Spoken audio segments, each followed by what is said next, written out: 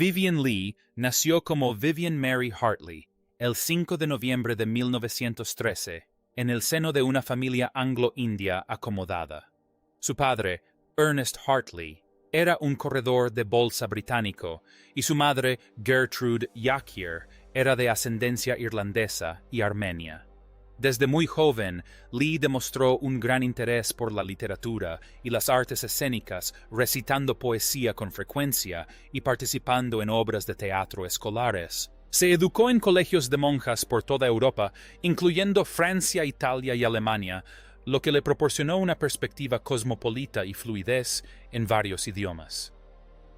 Su temprana exposición a diferentes culturas contribuyó a refinar su aplomo y elegancia, cualidades que más tarde se convertirían en señas de identidad de su personaje interpretativo.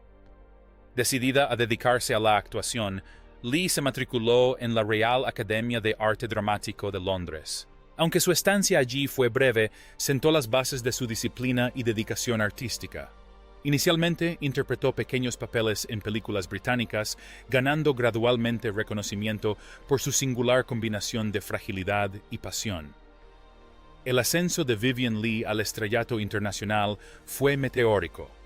Su gran oportunidad llegó con su elección para el papel de Scarlett O'Hara en Lo que el viento se llevó, 1939, un rol que definiría su carrera y le valdría el primero de sus 2 premios Oscar a la mejor actriz.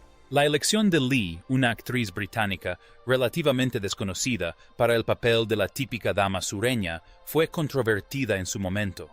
Sin embargo, su imponente interpretación dejó sin palabras tanto a la crítica como al público al dotar al personaje de una intensidad, vulnerabilidad y complejidad inigualables.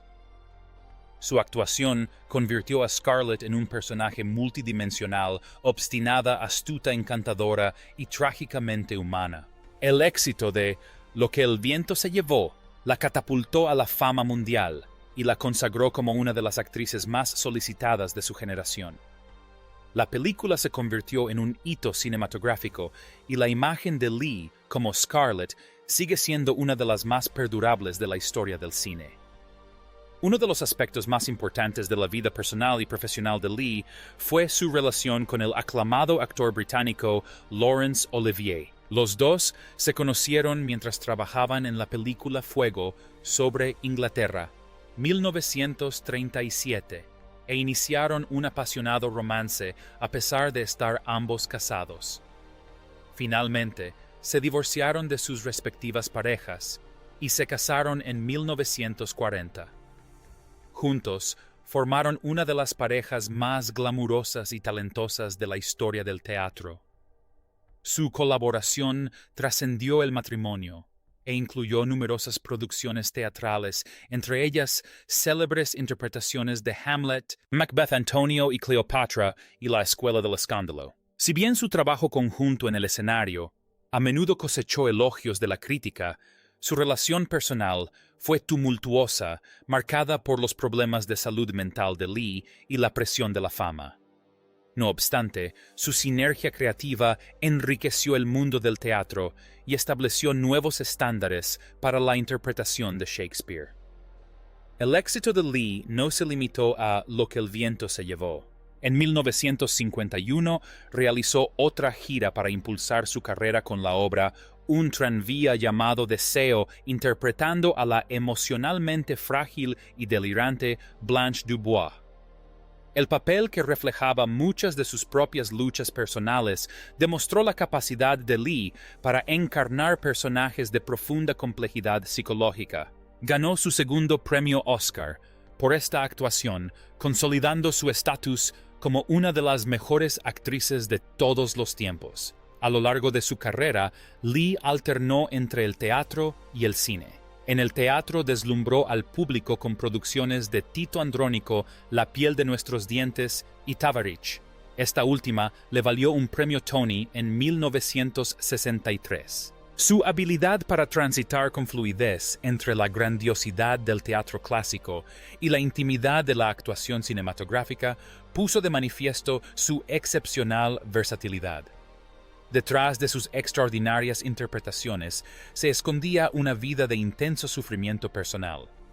Vivien Leigh luchó contra el trastorno bipolar, entonces conocido como depresión maníaca, durante la mayor parte de su vida adulta. La enfermedad le provocó cambios de humor severos, comportamiento errático y periodos de profunda depresión.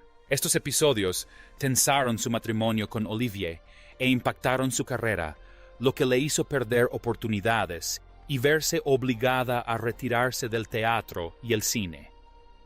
Además de sus problemas de salud mental, Leigh también padecía tuberculosis crónica que contrajo en la década de 1940. A pesar de estas condiciones debilitantes, continuó trabajando con notable tenacidad y profesionalismo, a menudo ocultando su dolor para ofrecer interpretaciones sublimes. Su resiliencia ante la adversidad es testimonio de su espíritu indomable y su profunda dedicación a su arte. Los últimos años de Vivien Leigh estuvieron marcados por crisis de salud intermitentes y regresos ocasionales al teatro y al cine. Su último papel cinematográfico fue en Ship of Fools 1965, donde nuevamente cosechó elogios de la crítica. Lamentablemente su salud se deterioró rápidamente a mediados de la década de 1960 debido a complicaciones derivadas de la tuberculosis. En 1932, a los 19 años, Vivien Leigh se casó con Herbert Lee Holman, un reconocido abogado londinense 13 años mayor que ella. Holman, un hombre conservador de valores tradicionales, era considerablemente mayor que la ambiciosa y vivaz joven actriz, y su unión estuvo marcada desde el principio por un choque de personalidades y objetivos vitales. Leigh, cuyo nombre de nacimiento era Vivian Mary Hartley, ya estaba fascinada con la idea de convertirse en una gran actriz de teatro y se había matriculado en la Real Academia de Arte Dramático RADA para perseguir sus sueños. Sin embargo, Holman desaprobaba rotundamente el mundo del teatro y no apoyaba sus aspiraciones. Su desdén por las artes escénicas y su deseo de una vida doméstica más convencional generaron una tensión considerable entre la pareja. Sintiéndose asfixiada y sin apoyo, Leigh tomó la difícil decisión de abandonar la RADA prematuramente.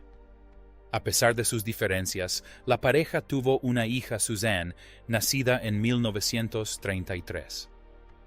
Leigh amaba a su hija, pero sus ambiciones profesionales y su creciente implicación en el mundo del cine y el teatro la alejaban cada vez más de sus responsabilidades domésticas, lo que provocó un distanciamiento emocional cada vez mayor en el matrimonio. En 1937, Vivien Leigh inició un apasionado romance que en última instancia le cambiaría la vida con el carismático y sumamente talentoso actor británico Laurence Olivier. Se habían conocido varios años antes y habían trabajado juntos en el teatro, pero fue durante el rodaje de Fuego sobre Inglaterra cuando su romance floreció de verdad. Su relación pronto despertó la curiosidad pública y generó escándalo, ya que ambos estaban casados en ese momento, Leigh con Holman y Olivier con la actriz Jill Esmond. A pesar de sus fuertes sentimientos mutuos, no pudieron formalizar su relación de inmediato porque sus respectivos cónyuges se negaron inicialmente a concederles el divorcio.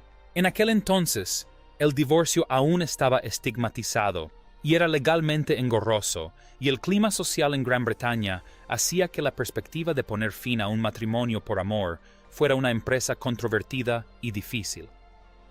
Sin dejarse amedrentar por las barreras legales y sociales, Leigh y Olivier optaron por desafiar las convenciones y vivir juntos como pareja, incluso viajando a Estados Unidos, para impulsar sus carreras y escapar de algunos de los prejuicios que sufrían en Inglaterra. Su decisión de convivir sin estar legalmente casados fue considerada escandalosa por muchos, pero estaban profundamente enamorados y comprometidos el uno con el otro a pesar de las dificultades.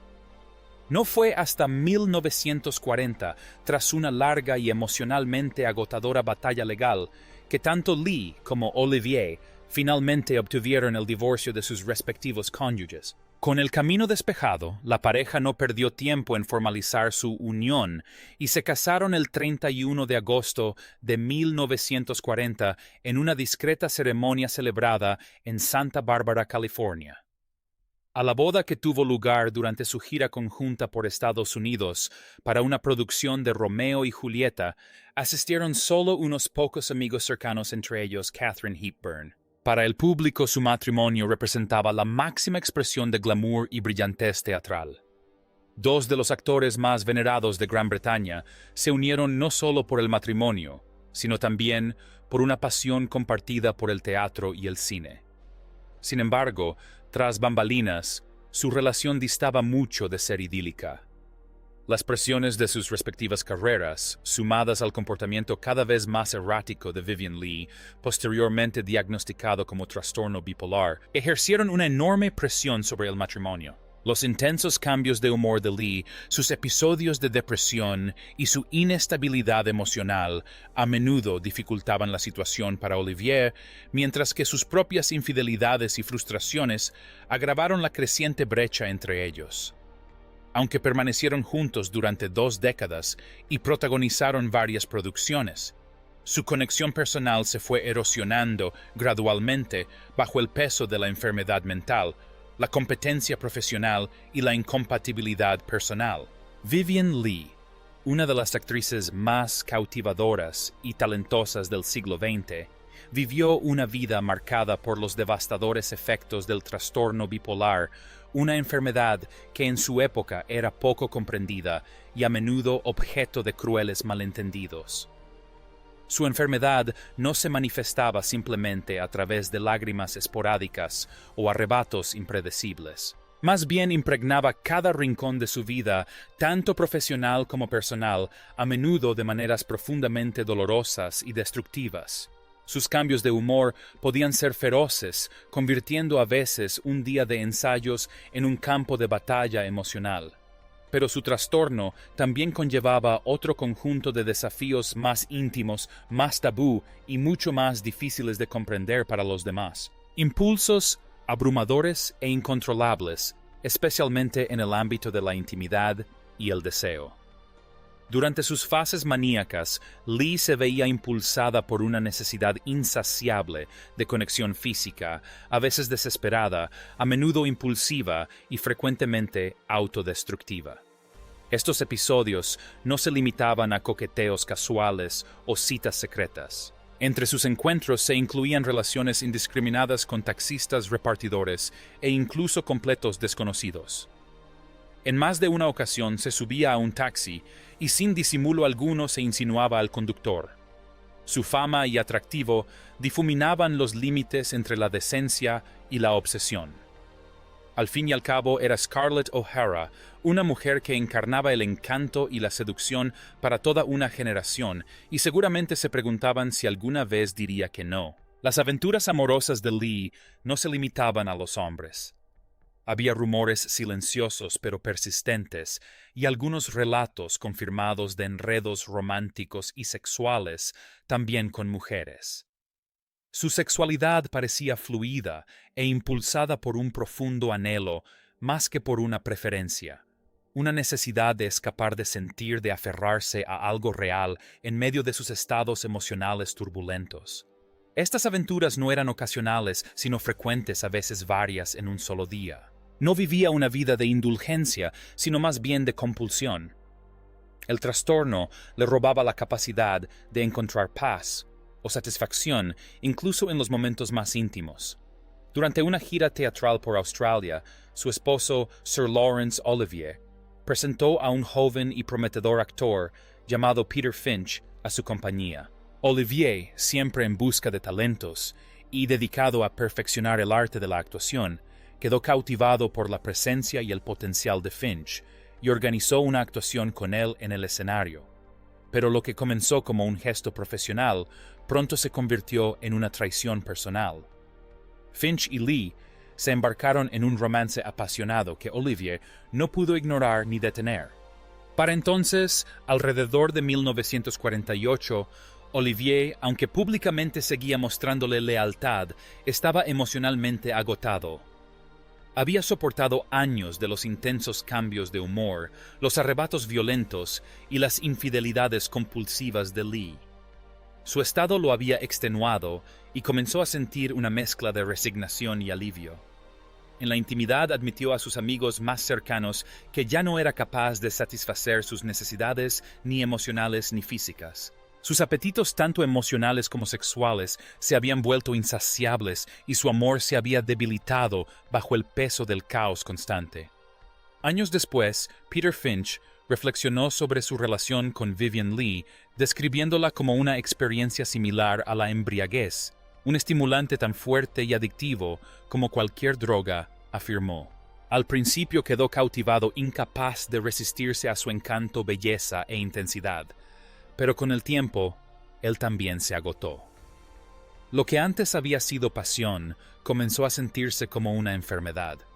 Empezó a ver su incapacidad para encontrar satisfacción, incluso en los encuentros más intensos, como un síntoma de algo más profundo y trágico. Un vacío que ningún contacto humano podría llenar jamás. El desgaste físico que sufrió fue igualmente devastador. En 1943, mientras se ofrecía como voluntaria para las fuerzas aliadas en el norte de África durante la Segunda Guerra Mundial, Vivien Leigh contrajo tuberculosis. Fue un caso grave y aunque finalmente fue hospitalizada, la atención que recibió fue incompleta e insuficiente.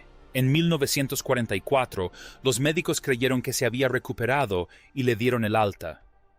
Pero la infección latente persistió, comprometiendo silenciosamente su salud durante los años siguientes. En 1945, mientras filmaba César y Cleopatra Lee, tuvo que correr a toda velocidad por el pulido suelo del estudio, cargando a un niño pequeño. Por un cruel giro del destino, resbaló y cayó aparatosamente. El accidente le provocó un aborto espontáneo, una pérdida devastadora que la sumió en una profunda y angustiosa depresión. Durante los meses siguientes, Lee estuvo inconsolable. Se acurrucaba en el suelo sollozando desconsoladamente, como una niña herida, presa de un dolor que parecía consumirla por completo. Sus patrones de sueño se desmoronaron. Se quedaba despierta durante días con la mente acelerada. Su comportamiento se volvió errático, a veces aterrador. Arremetía contra el reparto y el equipo técnico gritando obscenidades y abandonando el plató furiosa. Durante una crisis, pasó horas en su camerino llorando y murmurando, incapaz de hablar con coherencia. Con el tiempo los episodios se agravaron tanto que la sedación se convirtió en una necesidad frecuente. Desesperado y sin opciones, Olivier gestionó su regreso a Inglaterra. Allí, en una decisión nacida del miedo y la ignorancia más que de la crueldad, la internó en un manicomio. Durante 3 meses, Viven permaneció confinada entre las frías y estériles paredes de la institución, donde fue sometida a repetidas sesiones de terapia electroconvulsiva conocida entonces como electroshock. El procedimiento administrado, sin tener en cuenta sus efectos secundarios, dejó cicatrices físicas y psicológicas permanentes. Le quedaron marcas en las sienes y su memoria y capacidades cognitivas nunca volvieron a ser las mismas. Hoy en día sabemos que este tratamiento a menudo causaba más daño que beneficio. Pero en la década de 1940 se consideraba un último recurso para los enfermos mentales, una medida desesperada en tiempos desesperados. Con el paso de los años, sus crisis nerviosas se volvieron más frecuentes y graves.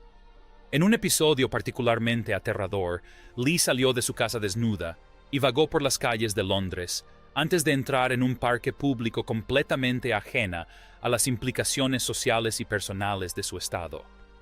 En otra ocasión, durante una acalorada discusión, atacó a Olivier con una toalla mojada, lo que provocó que él la sujetara físicamente, algo que más tarde justificaría como defensa propia ante su comportamiento incontrolable. Según sus propias palabras, había hecho todo lo posible, pero era humano y estaba cansado.